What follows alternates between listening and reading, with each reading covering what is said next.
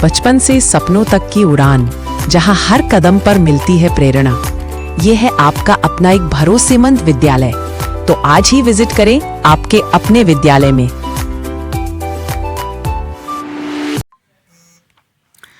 नमस्कार, आप देख रहे हैं सूचना दर्पण न्यूज और अब खबर विस्तार से। आज हमारी टीम पहुंची है सरस्वती विद्या मंदिर RD 931 बज्जू प्रधानाचार्य श्रीमान सुनील कुमार पूनिया, उप प्रधानाचार्य श्रीमान केशुराम जी पूनिया। विद्यालय में क्या क्या है सुविधाएं, किस प्रकार करवाया जाता है शिक्षण। खास बातचीत में केशुराम जी पूनिया ने बताया कि विद्यालय में शैक्षणिक गतिविधियों के साथ साथ खेलकूद व अन्य गतिविधियों में भी भागीदारी रहती है। दूर दराज से आने वाले बच्चों के लिए विद्यालय में हॉस्टल की सुविधा भी उपलब्ध है। आइए सुनते हैं खास रिपोर्ट।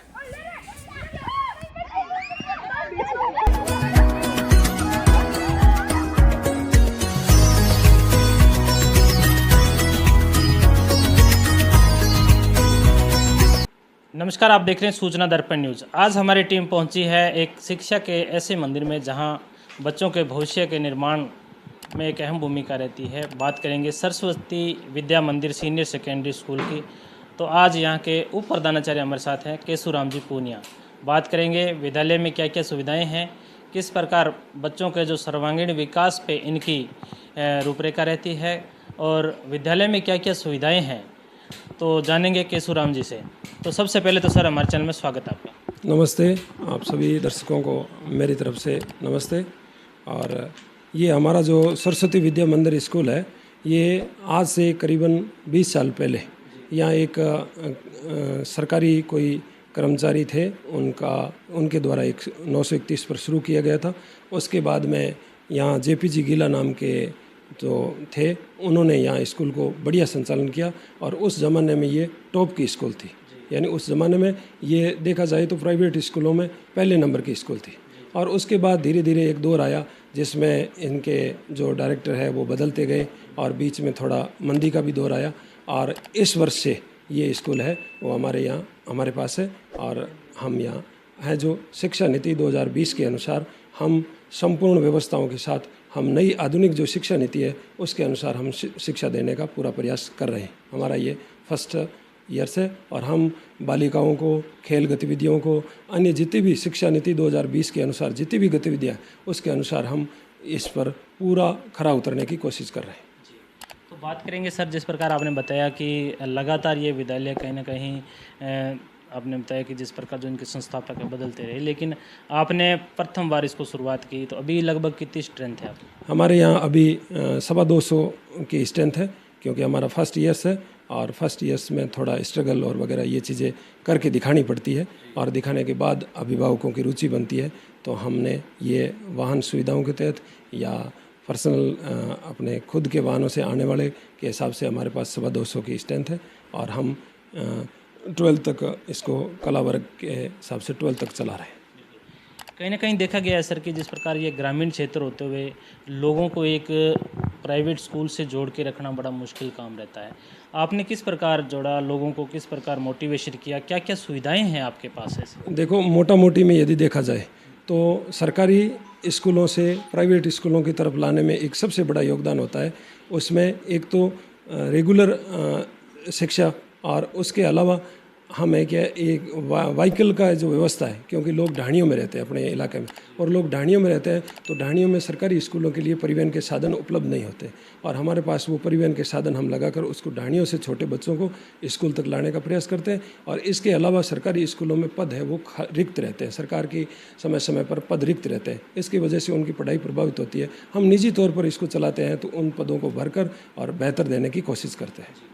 तो बात करेंगे जिस प्रकार आपके पास सीनियर सेकेंडरी विद्यालय है, तो सब्जेक्ट की क्या क्या यहाँ पे अवेलेबल है? हमारे पास आर्ट के सब्जेक्ट 11th और 12th में, 10th तक तो कॉमन है और 11th और 12th में हमारे पास आर्ट के सब्जेक्ट है जिसमें राजनीति है, भूगोल है, इतिहास है और चित्रकला है और हिंदी साहित्य है। ये सब्जेक्ट हमारे यहाँ उपलब्ध है और हम 11th और 12th के बच्चों को इन सब्जेक्टों कला वर्ग में है।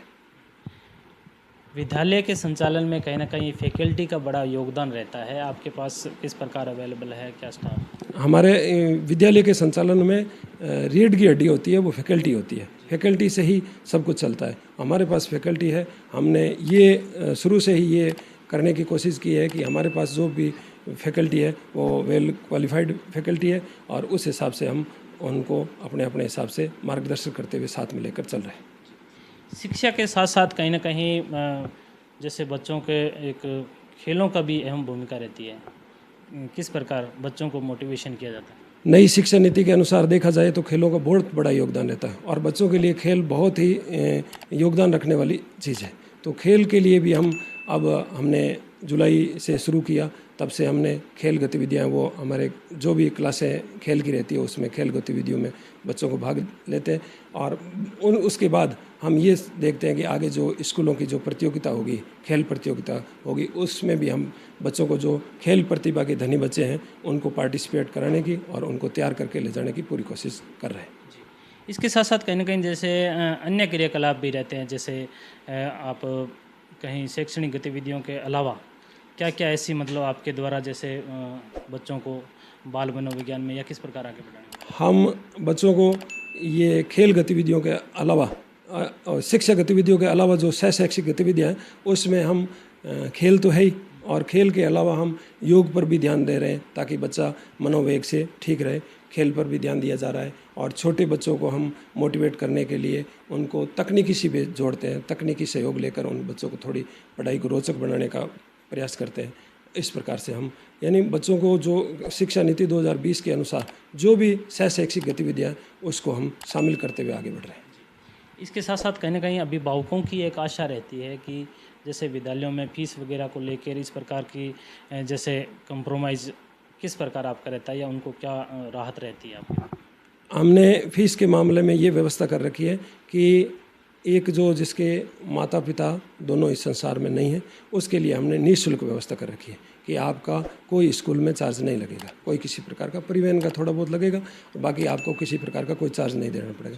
और बाकी कैटेगरी वाइज हमने वैसे दे रखा है कि जिस शैक्षिक आधार पर दे रखा है कि आप 90% से 10th में या 90% से ऊपर हो तो उस हिसाब से हमने परसेंटेज वाइज उनके फीस में राहत देने का पूरा शेड्यूल जारी किया है कि आप परसेंटेज आपके इससे ऊपर हो तो आपको इतने % होगी और उस हिसाब से छूट दे रखी है। और कोई हमें ये लगे कि वो आर्थिक रूप से कमज़ोर है और उस पर हम 5-4 जने मिलकर ये तय करते हैं कि हाँ पड़ोसी को या गांव के लोग को पूछकर कि हाँ वास्तव में ये आर्थिक रूप से कमज़ोर है तो उस पर हम उसको उस परसेंटेज से अलग रियायत देने की कोशिश करते हैं।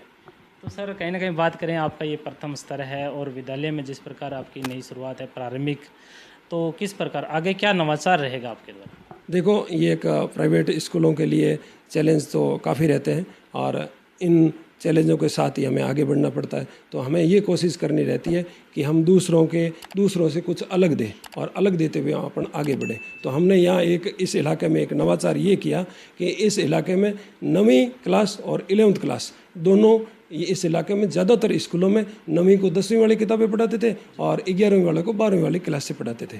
तो हमने ये यहाँ एक नवाचार किया है, नवाचार नहीं ये ओल्डाचार ही है, लेकिन बीच में इन्होंने इसको लुप्त कर दिया था। हमने 9वीं के बच्चे को 9वीं की किताब पढ़ानी शुरू की और 11th के बच्चे को 11th की किताबें पढ़ाते और वो भी उसी हिसाब से पढ़ाते जैसे अपन बोर्ड की क्लासों को पढ़ाते हैं।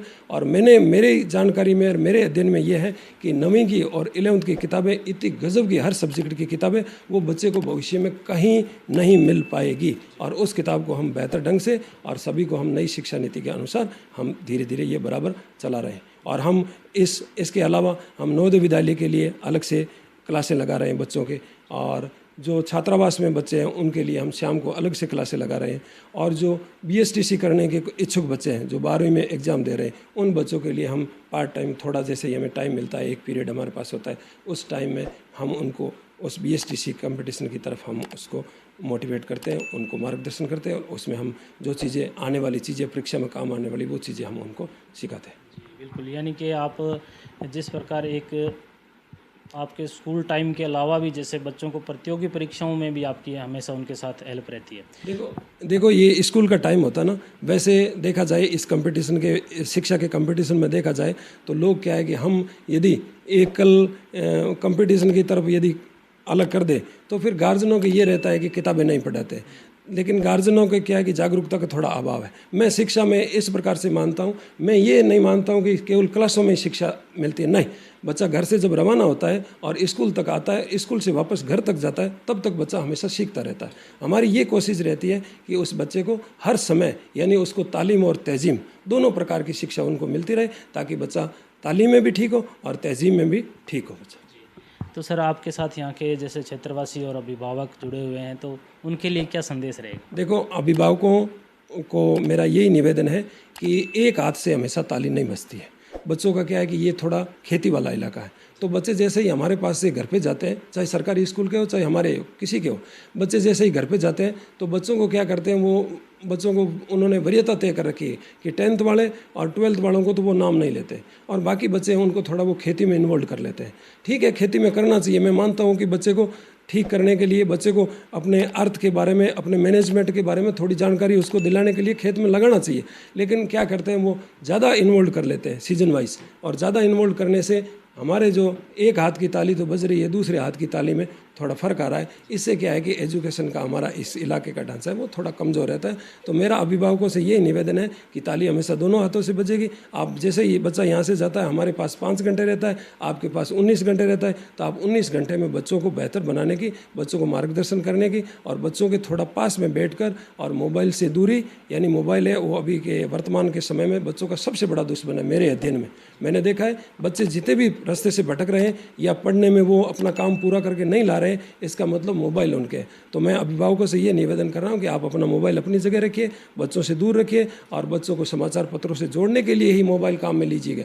बाकी कोई डाउट है तो क्लियर करने के लिए मोबाइल लीजिए, बाकी मोबाइल से दूरी बनाते हुए और बच्चों के साथ कोऑपरेट करते हुए और हमारे साथ कोऑपरेट करते हुए आगे बढ़ेंगे तो ये बच्चों की शिक्षा है वो बेहतर होगी। नहीं तो थोड़ा शिक्षा में आजकल के देखा जाए तो शिक्षा है थोड़ी मोबाइल की वजह से थोड़ी कमज़ोर स्थिति में जा रही है, बच्चे हैं। और एक ये जो फेल न करने वाली पीछे जो शिक्षा नीति थी 2009 की, उसके तहत बच्चों को कोई डर भय वगैरह ये चीज़ न होने की वजह से बच्चे थोड़े पढ़ाई में कम रुचि ले रहे हैं। तो बस गार्जियनों से यही निवेदन है कि आप बच्चों को रुचि बनाइए घर पे। हम यहाँ बनाने की कोशिश कर रहे हैं, आप बच्चों को घर पे बनाइए ताकि हमारी दोनों हाथ से ताली बजती रहे और बच्चे आगे बढ़ते रहे। तो ये थे हमारे साथ सरस्वती विद्या मंदिर सीनियर सेकेंडरी स्कूल के उप प्रधानाचार्य श्रीमान केशुराम जी, जिन्होंने बताया कि यहाँ के बच्चों को किस प्रकार एक शिक्षा के साथ साथ में नैतिक मूल्यों का भी उनमें एक शिक्षा दी जाती है। तो सर हमारे चैनल में 10 मिनट टाइम देने के लिए बहुत बहुत धन्यवाद। धन्यवाद सभी दर्शकों को, धन्यवाद और नमस्कार, न्यून प्रणाम।